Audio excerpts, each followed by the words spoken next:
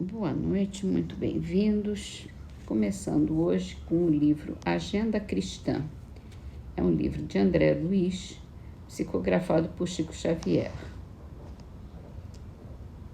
Em favor de você mesmo. Aprenda a ceder em favor de muitos, para que alguns intercedam em seu benefício nas situações desagradáveis. Livro dos Espíritos, é a pergunta 952. Comete suicídio o homem que morre vítima de paixões, que ele sabia que iam apressar o seu fim, mas que não podia resistir porque se tornaram verdadeiras necessidades físicas. É um suicídio moral. Não percebem que, nesse caso, o homem é duplamente culpado? Há nele, então, falta de coragem e bestialidade acrescidas do esquecimento de Deus. E vem uma pergunta complementar. Será mais ou menos culpado do que o que tira de si mesmo a vida por desespero? É mais culpado porque ele teve tempo de refletir sobre esse suicídio.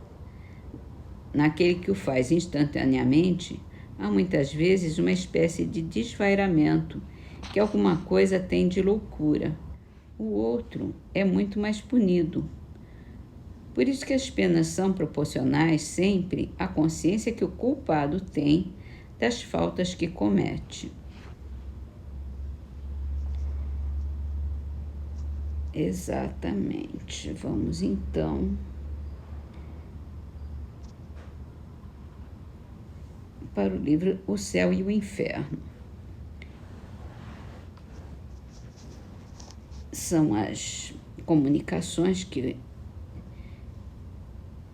foram recebidas, pela Sociedade de Paris, a que Allan Kardec intitulou Expiações Terrestres. Essa é de Joseph Maître, o Cego. Pertencia à classe mediana da sociedade e gozava de modesta abastança ao abrigo de quaisquer privações. Os pais o destinavam à indústria e deram-lhe boa educação, porém, aos 20 anos, ele perdeu a visão. Perto dos 50, veio finalmente a falecer, isto em 1845. 10 anos antes, fora acometido por outra enfermidade que o deixou surdo, de modo que só pelo tato mantinha relações com o mundo dos encarnados. Ora, não ver já é um suplício. Não ver e não ouvir é duplicado suplício, principalmente para quem, depois de fruir as faculdades de tais sentidos, tiver de suportar essa dupla privação. Qual a causa de sorte tão cruel? Certo não era a sua última existência, sempre moldada numa conduta exemplar. Assim é que sempre foi bom filho, possuidor de caráter meigo e benévolo, e quando por cúmulo de infelicidade se viu privado da audição, aceitou resignado, sem um queixume, essa prova. Pela sua conversa, pressentia-se na lucidez de seu espírito uma inteligência pouco comum. Pessoa que o conhecera na presunção de que poderia receber instruções úteis, evocou-lhe o espírito e obteve a seguinte mensagem em resposta às perguntas que lhe dirigira. Paris, 1863. Quer dizer, quase 20 anos depois. Agradeço meus amigos por terem lembrado de mim. Pode ser que tal não se desse independente da suposição de proveito da minha comunicação, mas ainda assim estou certo de que motivos sérios os animam, e eis porque, com prazer, atendo ao chamado, uma vez que, por feliz, me é permitido orientá-los. Assim, posso meu exemplo avolumar as provas assaz numerosas que os espíritos lhes dão da justiça de Deus. Cego e surdo me conheceram e por logo se propuseram saber a causa de tal destino. Eu lhes digo, antes de tudo importa dizer que era a segunda vez que eu expiava a privação da vista. Na minha existência precedente, em princípios do último século, fiquei cego aos 30 anos em decorrência de excessos de todo gênero que, arruinando minha saúde, me enfraqueceram o organismo. Note-se que já era isso uma punição por abuso dos dons providenciais de que fora largamente cumulado. Em vez, porém, de me atribuir a causa original dessa enfermidade, entendi de acusar a providência, na qual, aliás, pouco acreditava.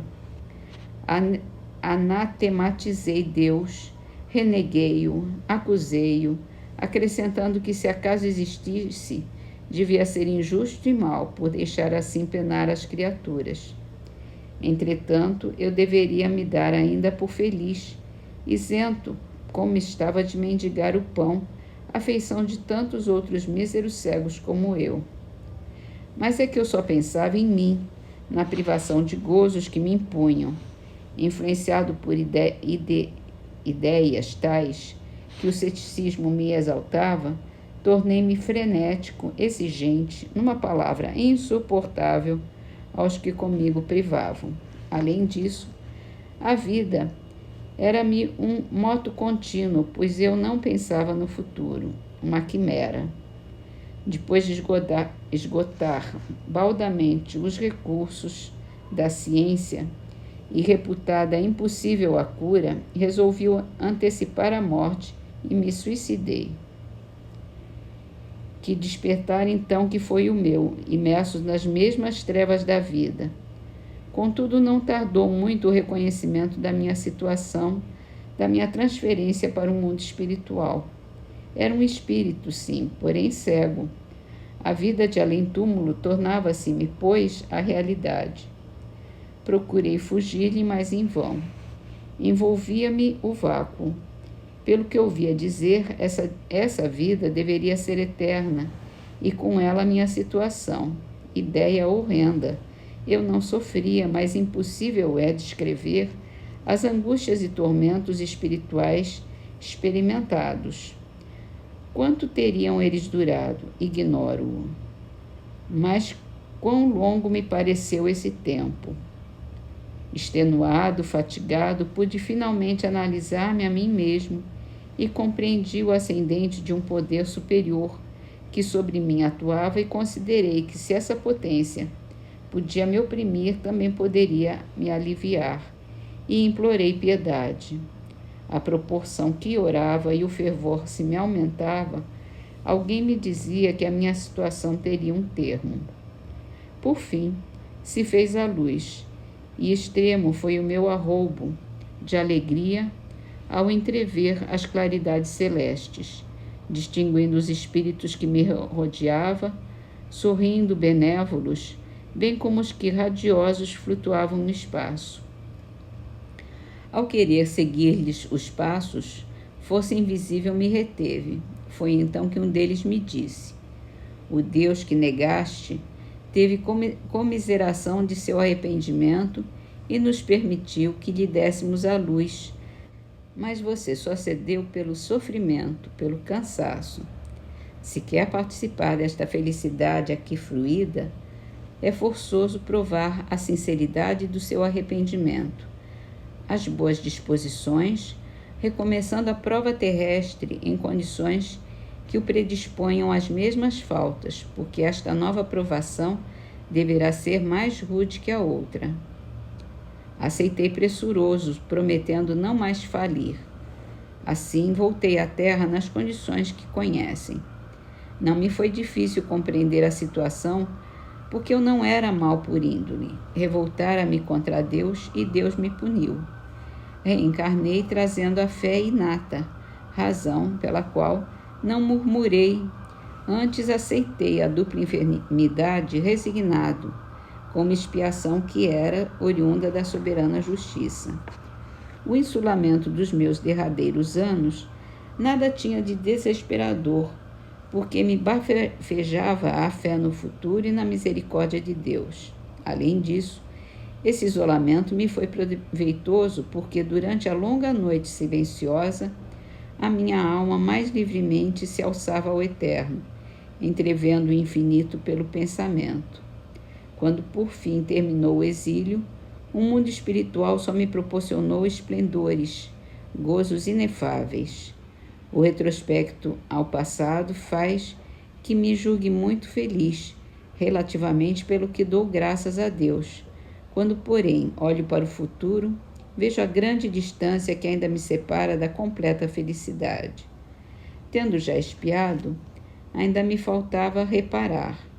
A última encarnação só a mim aproveitou, pelo que espero recomeçar brevemente, por existência que me permita ser útil ao próximo, reparando por esse meio a inutilidade anterior. E só assim me adiantarei na boa senda, sempre franqueada aos espíritos possuídos de boa vontade. Amigos, eis a minha história, e se o meu exemplo puder esclarecer quaisquer dos meus irmãos encarnados, de modo a evitarem a má ação que pratiquei, terei por principiado o resgate da minha dívida. E ele assina Joseph. Então vamos terminar nossas leituras com um pensamento de Natal de Arlindo Costa. Repara a manjedoura pequenina e entenderás na bênção que te invade que Jesus nos impele à disciplina pelo rude caminho da humildade.